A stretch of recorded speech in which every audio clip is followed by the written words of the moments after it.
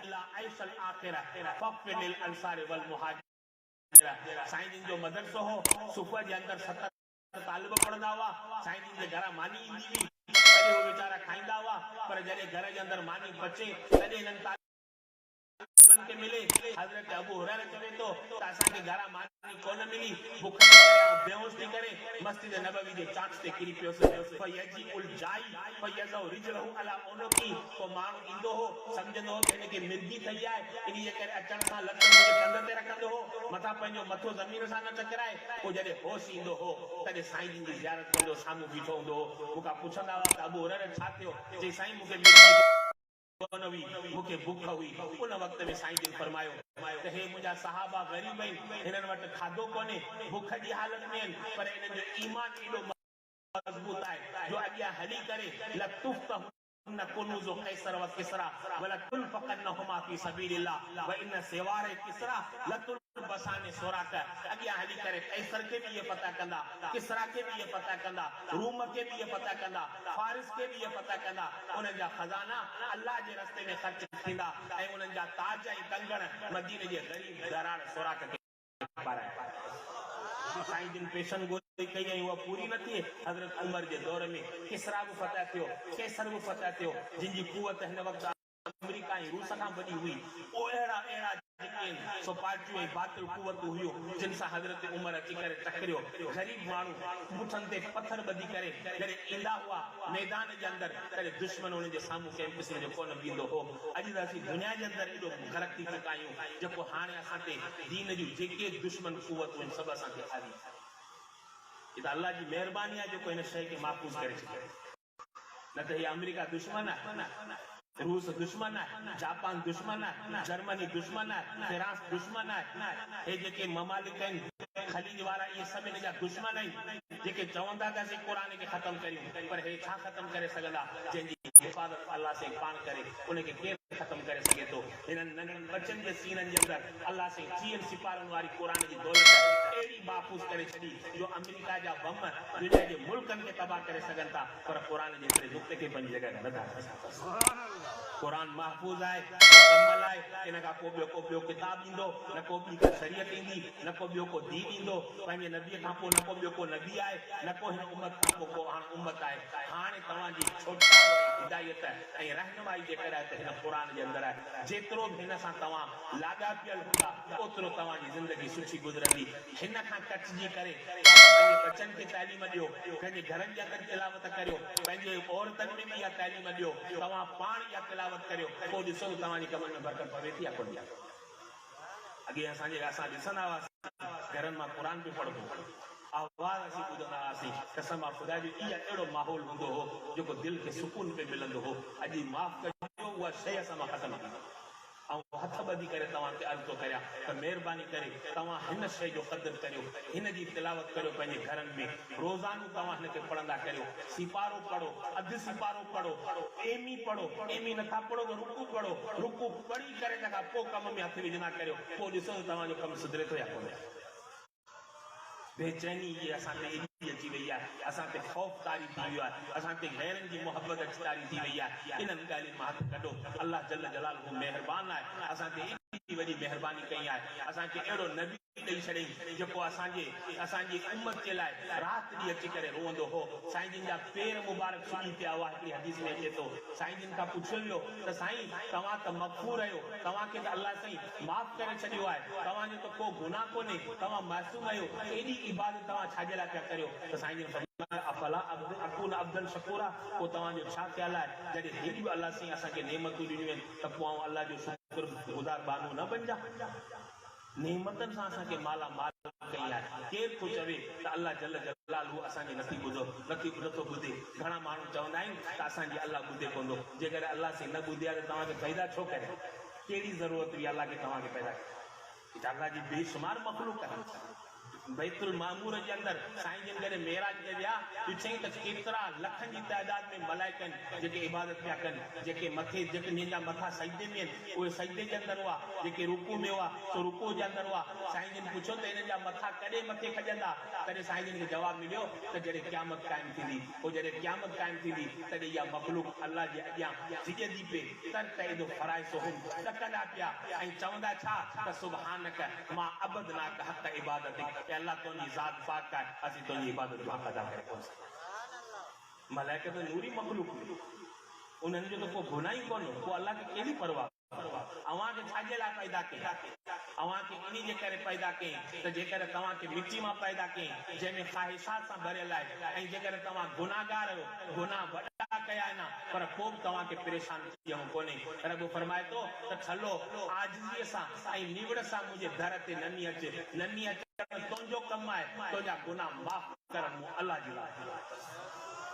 अल्लाह जल जलालहू जेकॾहिं तव्हांजा गुनाह माफ़ न करे त पोइ हिन खां तव्हां खां अॻु में मलाइकनि खे पैदा कई ऐं मलाइकनि खे जॾहिं चयो वियो त इंसान खे थो पैदा करियां तॾहिं मलाइकनि चयो त या अल्लाह इंसान खे पैदा न कर अल्लाह से फरमाए छो पैदा न करियां आऊं त गफ़ूर आहियां कंहिंखे माफ़ करियां तव्हां त खाधे खां पाक कयो पीते खां पाक कयो सुम्हण खां पाक कयो नफ़सानी ख़्वाहिशात खां पाक कयो ऐं कीअं गफ़ूर थींदो इंसान खे पैदा करियां जेकर गुनाह कंदो तड़पी करे मुंहिंजे घर ते ईंदो ऐं उनखे माफ़ कंदुसि तॾहिं माण्हुनि खे पतो पवंदो त इन रबी गफ़ूर रहीम बेशक मुंहिंजो रब अलबत्ता गफ़ूर रहीम कॾहिं इहा ॻाल्हि न कंदा करियो त असीं ग़रीब आहियूं असांजी अल्लाह से ॿुधे कोन्हो अल्लाह जल जलालहू जेका तव्हांजी ॿुधंदो आहे उहा वधीक हूंदी आहे हदीस में ईंदो आहे त जेका बि माण्हू दुआ घुरंदो आहे रब्बुल आलमीन उनजी दुआ खे ज़रूरु क़बूल कंदो आहे इन अल्लाह ला युज़िउ अजरल मुहसिनीन कॾहिं बि नेकी करण वारे जे अजर खे अल्लाह से ज़ाया कोन कंदो आहे अबरूं सबरूं पाण नमाज़ूं पढ़ंदा आहियूं असां में तइलीम घटि हूंदी आहे पर अल्लाह खे इहे नमाज़ूं वणंदियूं आहिनि जॾहिं बानू राति जो उथंदो आहे नफ़िल पढ़ंदो आहे वुज़ू करे जॾहिं नमाज़ अची करे शुरू कंदो आहे अल्लाह जल जलालहू फरमाईंदो आहे त तव्हांजी इहे 2 रकातूं मूं वटि मलाइकनि जी 1000 रकातनि खां अफ़ज़ल मलाइक जे करे इबादत कनि था त उन्हनि जे लाइ माहौल तयारु आहे असांजे लाइ त माहौल तयारु कोन्हे असांजी चोधर शैतान बीठा आहिनि शैतान जे चंदे जे अंदरि असीं बीठा आहियूं उन वक़्त में जेकर राति जो बानू उथी करे मायूस ऐं अफ़सोस जो इज़हार करे पछताए करे जेकर रब जे दर ते झुकंदो आहे तॾहिं तव्हांखे ख़बर आहे त मथां कहिड़ो जवाबु मिलंदो आहे त क़द समेतो क़ौलक या अब्दी वक़द गफ़रतु लक ऐं बाना मूं तुंहिंजो सॾु ॿुधो आहे हाणे जेका दुआ घुरणी आहे तूं मूंखां दुआ कॾहिं बि मायूस न थींदा करियो मग़फ़िरत जो दरवाज़ो 24 कलाक खुलियो पियो आहे अल्लाह जे तरफ़ खां हर बाने जे लाइ माफ़ी आहे जेको बि उनजे दर ते अचे रब्बुल आलमीन उनखे माफ़ करे छॾींदो आहे ख़ुशि नसीब आहियो तव्हां जो तव्हांखे अहिड़ा भलारा महीना मिलनि पिया अॻियां मथियो रमज़ान मुबारक जो महीनो अचे पियो अहिड़ो महीनो आहे जेकर बाना हिकिड़ो नफ़िल तूं अदा कर त तोखे फ़र्ज़ जो सवाबु मिले हिकिड़ो फ़र्ज़ अदा कर त वधाए अल्लाह से तोखे 70 फ़र्ज़नि जो सवाबु मिले पर असां इन्हनि महीननि जे अंदरि जेको बेएतिरामी कंदा आहियूं उहो तव्हां पंहिंजी अखियुनि सां ॾिसंदा आहियो आहे को क़दुरु हिन भलारे महीने जो अहिड़ो महिमान मेनू असांखे मिलंदो आहे जंहिंजो पहिरियों ॾोह मग़फ़िरत वारो ॿियो ॾोह रहमत वारो टियों ॾोह इत्मिनान नीरान जहन्नम खां छुटकारे वारो असीं पहिरियों ॾोह कूड़ में गुज़ारियूं ॿियो ॾोह छकनि ऐं रांदी जे अंदरि गुज़ारियूं टियों ॾोह वरी जेको आहे सो दुनिया कमाइण जे अंदरि गुज़ारियूं अल्लाह जे तरफ़ खां इहे जेकर तव्हांखे महीना मिलनि था सिर्फ़ु इन जे करे त बाना 11 महीना तो गुनाह कया आहिनि कम से कम हिन महीने में तूं ख़्यालु कर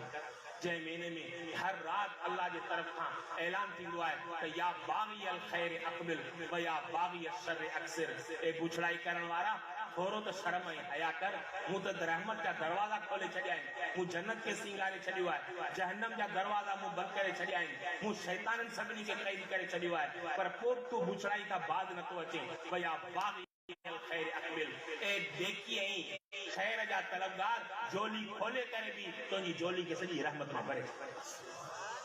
ये तो अल्लाह की वॾी महिरबानी आहे जेको गुनाहन जे बावजूद अल्लाह साईं असांखे खाराए पियो प्यारे पियो ऐं असांखे जेको आहे सो आराम सां असांजो जेको आहे सो वक़्तु अची करे गुज़रे पियो इन जो ॻाल्हि जो क़दुरु करियो ही दुनिया आहे ही अमल जो घरु आहे जॾहिं उहो मैदान ईंदो जंहिंमें तव्हांजो सिर्फ़ु इम्तिहान हूंदो अमल कंहिं क़िस्म जो न हूंदो त उन वक़्त में तव्हांखे अफ़सोस करणो न पवे पछताइणो न पवे रब खे हर वक़्तु राज़ी रखंदा करियो रब जी रज़ा जेकर असांजे दिलि जे अंदरि अची वेंदी ख़ुदा जो ख़ौफ़ जेकर असांजे दिलि जे अंदरि अची वेंदो गुनाहनि खां जेकर असां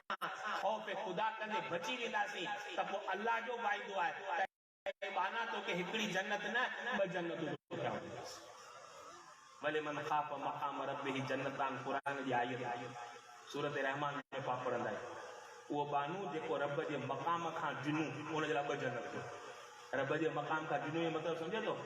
त इरादो करे वेठो हो गुनाह जो चोरीअ जो शराब जो बोतल भरे वेठो हो ज़िना जो इरादो करे वेठो हो पर उन ई चए मथे उनखे दिलि जे अंदरि ख़ुदा जो ख़ौफ़ थियो त यार ऐं ही बुछड़ो कमु करियां पियो अल्लाह खे कहिड़ो मोह ॾेखारियो उन ई चए मथे गुनाहनि खां बास थी वियो अल्लाह खे फरमाए थो अहिड़े बाने जे लाइ ॿ जन्नतूं तयार अल्लाह जी महिरबानी आहे हर अमल तव्हांजो वधाए छॾींदो आहे हिकिड़ी नेकी कंदा आहियो तव्हांखे 10 नेकियुनि जो सवाबु मिलंदो आहे छाजे करे असांखे त मोहबत जो आला मेयार क़ाइमु करणो हो असांजो कहिड़ो अमल आहे असांजो अमल इहो आहे त अल्लाह जे क़ुरान सां पंहिंजो ताल्लुक़ जोड़ियूं ऐं नबी पाक सल्लल्लाहु अलैहि वसल्लम जे ॿुधायल तरीक़े ते इख्तियार करियूं उनखे अपनायूं ऐं उनजी सुन्नत खे अपनायूं सुन्नत जे मुताबिक़ ज़िंदगी गुज़ारण जे अंदरि असांजी कामयाबी अची करे वञे थी रसूल सां मुहबत करणु इहो असांजो ईमान आहे उहा मुहबत करियो जेका सहाबा किराम अची करे कई हुई आख़िर असां उन्हनि जे ज़रिए अची करे दीन पहुतो आहे असांजो त को अमल कंहिं क़िस्म जो कोन्हे का बि क़ुर्बानी कोन्हे जेकर छायल छुकल शयूं मिलियूं जेकर ही किताब मिलियो हे इदारा मिलिया हे आलम सगोरा मिलिया हे कारी साहब मिलिया जेके असांजे बच्चनि खे पढ़ाइनि पिया इन जे लाइ असां कहिड़ी महिनत कई महिनत त उन्हनि बुज़ुर्गनि कई जेके थोरा हूंदा हुआ आंगुरी ते ॻणण जेतिरा हूंदा हुआ अल्लाह जो नबी उन्हनि खे वठी करे निकिरंदो हो कॾहिं वॾी दुश्मननि सां उन्हनि खे लड़ाई करणी पवंदी हुई पोइ वरी साईं जिन उन खां पुछंदा हुआ